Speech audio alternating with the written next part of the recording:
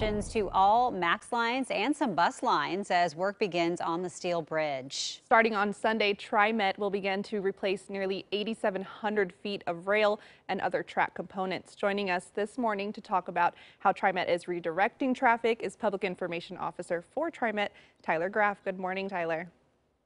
Good morning. Thanks for having me. All right, let's get straight to it. Why is this project even needed in the first place? Well, as you mentioned, TriMet is kicking off our most ambitious MAX revitalization project in the light rail system's 34-year history. So crews will start work on the Steel Bridge MAX Improvements project on Sunday, August 2nd, and work around the clock until Saturday, August 29, to effectively rebuild the system across the bridge. So that's really the key point, is that the work will revitalize the system.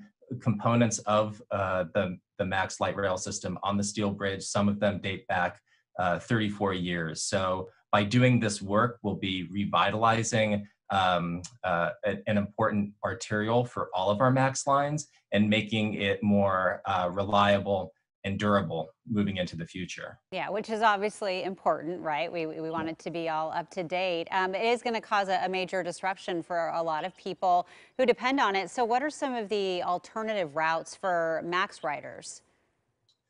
Well, despite ridership being lower these days due to COVID-19, onboard space will be limited due to physical distancing. So we do encourage that riders consider changing when they ride to avoid busier commute hours, or work from home if that's even an option, or use Portland streetcar, bike, or walk, or use some other form of transportation during this time.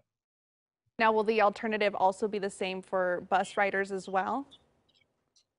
Yeah, some bus riders will be affected by the closure of the steel bridge. There are detours in place, though, across the Broadway Bridge and then also across the Burnside Bridge. So some bus riders will also be affected by the disruption and the work that's going to be taking place on the steel bridge. For MAX riders, there will be shuttle buses running from Union Station through Old Town, Chinatown, and Rose Quarter Transit Center. Okay, so you mentioned that the workers are going to be really working around the clock to make this happen as quickly as possible. How has COVID-19 and the pandemic impacted, how they're working? Or I'm assuming there's a lot of different regulations they're having to deal with. Yeah, there are definitely a lot of precautions that we're taking. COVID-19 has taken a toll on the community. It's affected how we work, how we travel, how we recreate. So we're taking strict precautions for the safety of our construction crews, who will be following health expert guidance on physical distancing, disinfecting high-touch areas, using masks. All workers who are entering the job site will be screened and have their temperatures taken as well. So all of those measures are being put in place to ensure the safety of the construction crews who are working. And Tyler, before we let you go, where can people go to learn more about how to get around the bridge and, where they can just find that information at?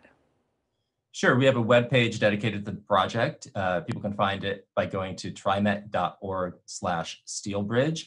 We'll continue to update it with information. We'll continue to publish photos and video about the project and updates as necessary. All right. Well, Tyler, thank you so much for joining us and giving us the lowdown on what to expect in the next month or so. Have a good morning. Thanks.